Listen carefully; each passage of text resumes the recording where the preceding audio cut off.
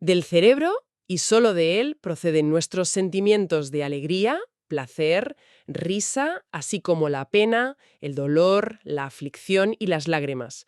Fíjate, esta frase podría ser de un neurocientífico de hoy mismo, pero es de Hipócrates, siglo IV antes de Cristo.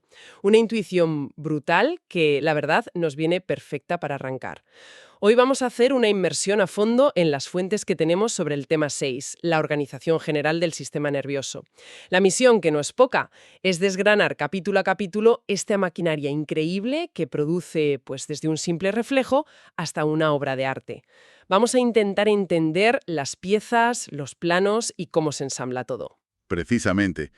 Y el concepto clave, la idea que lo une todo y que es el pilar de la psicobiología, es que nuestra conducta es el resultado directo del funcionamiento de este sistema. Las fuentes mencionan el esquema EOR. Estímulo, organismo y respuesta. Eso es. La conducta, la respuesta, surge cuando un organismo interactúa con un estímulo. Hoy nos vamos a olvidar un poco de la E y de la R, y nos metemos de lleno en la O. En la caja negra, que por cierto es la parte que siempre nos da más guerra. El estímulo es fácil de ver, la respuesta también, pero lo que pasa en medio, ahí está el misterio, que vamos a intentar iluminar. ¿Por dónde empezamos a desmontar esta O? Pues, por lo más fundamental, los ladrillos. Las células que lo construyen todo. Y aquí está la primera idea importante. No hay un solo tipo de ladrillo.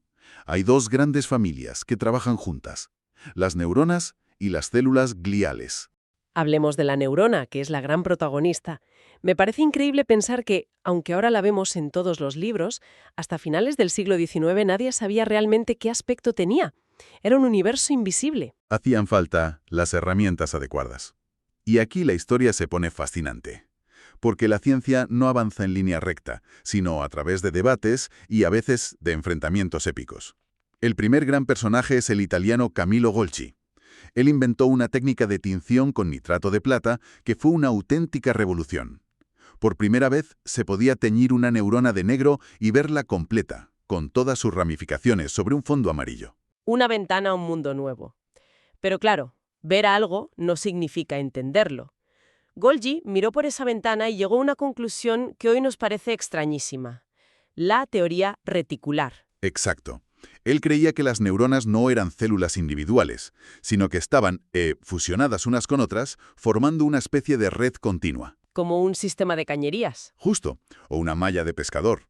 Pensaba que la información fluía por esa red sin interrupciones, como el agua por una tubería. Y aquí es donde entra el héroe de la historia, el español Santiago Ramón y Cajal, considerado el padre de la neurociencia moderna. Y lo que me parece absolutamente genial es que Cajal no inventó una técnica nueva. Usó el mismo método de Golgi, la misma herramienta, pero donde Golgi vio una red, él vio algo completamente distinto. Vio individuos. Cajal, con una paciencia y una capacidad de observación legendarias, demostró que la teoría reticular estaba equivocada.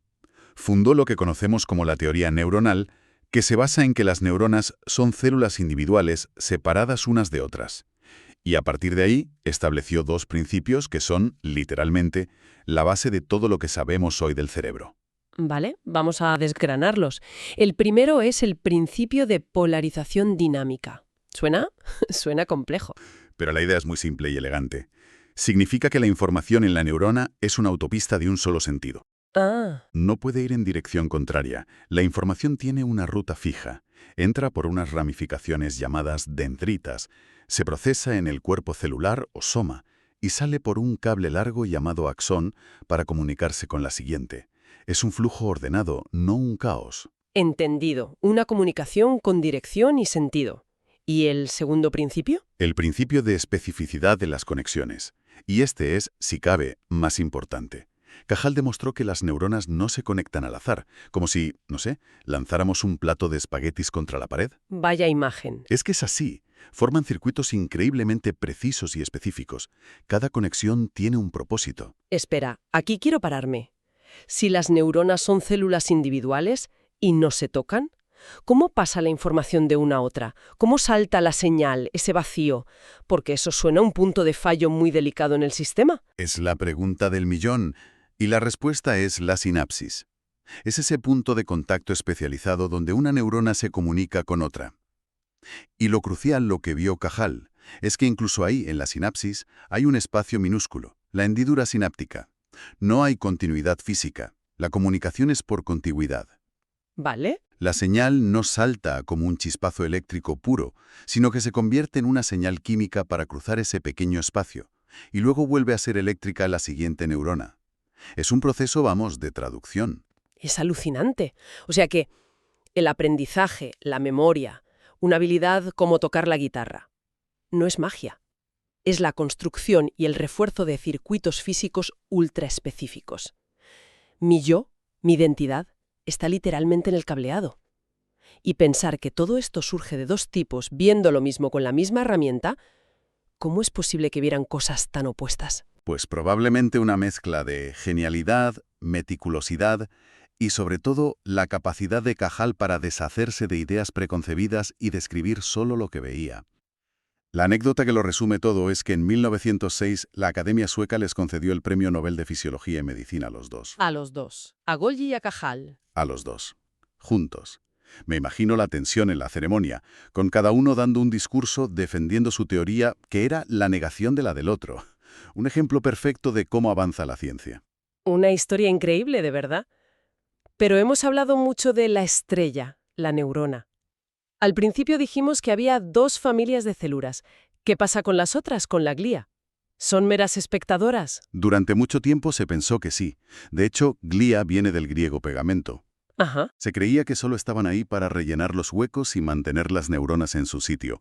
Un papel muy secundario. El primero en describirlas fue Rudolf Virchow, en 1859, pero fue un discípulo de Cajal, el español Pío del Río Ortega, quien empezó a demostrar que eran mucho más que un simple pegamento. ¿Y qué descubrió Ortega?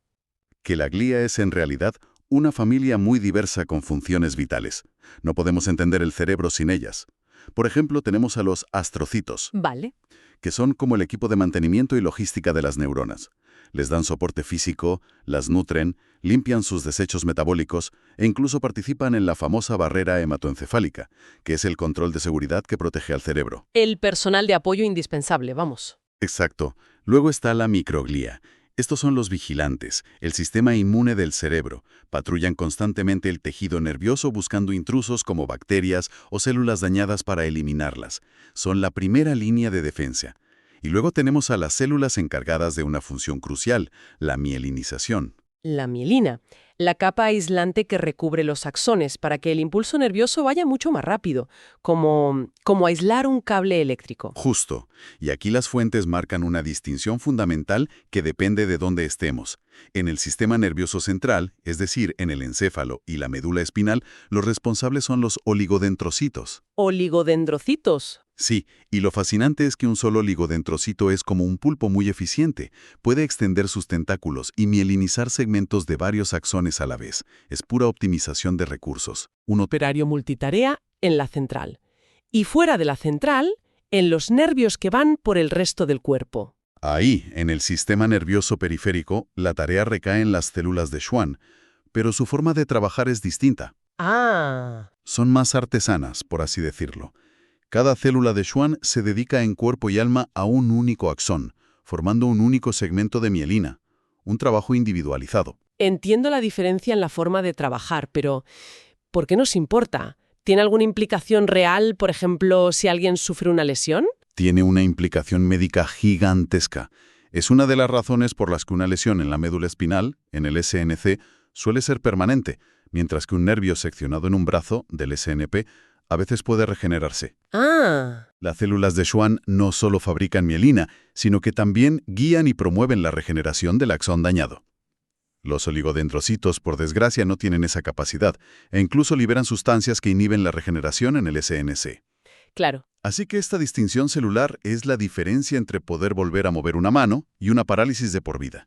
Queda clarísimo. La glía no es pegamento, es un equipo de especialistas sin el cual las neuronas no podrían funcionar.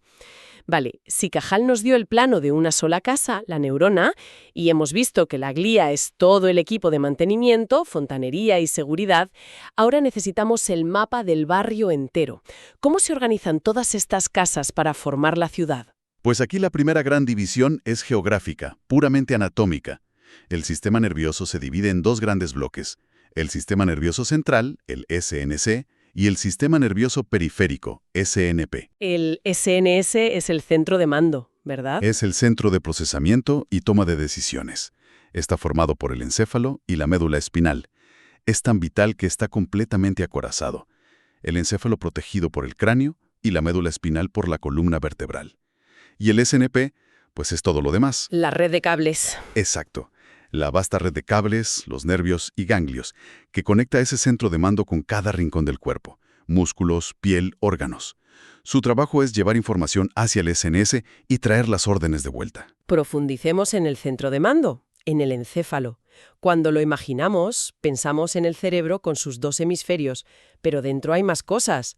Las fuentes mencionan varias divisiones, pero presentadas como una lista pueden ser difíciles de recordar. Cierto, una lista es un poco árida. Pensemos en el encéfalo como si fuera un edificio con diferentes plantas, construido de abajo hacia arriba a lo largo de la evolución. Me gusta la idea. En el sótano, conectando con la médula espinal, tenemos el tronco del encéfalo. Está formado por el bulbo raquídeo, el puente y el mesencéfalo. Esta es la sala de máquinas. Controla la fontanería, la electricidad, las funciones automáticas y vitales de las que ni te enteras, como el ritmo cardíaco o la respiración. De acuerdo, el sótano que nos mantiene vivas. Luego, en la parte de atrás de ese sótano, como un añadido especializado, está el cerebelo.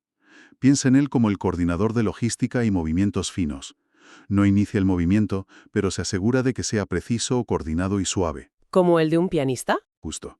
Y encima del tronco del encéfalo, en el centro del edificio, estaría el diencéfalo, que actúa como la gran centralita telefónica, recibiendo casi toda la información que llega del cuerpo y redirigiéndola a la planta correcta de los pisos superiores. ¿Y los pisos superiores son? Son los hemisferios cerebrales, la parte más grande, moderna y lujosa del edificio.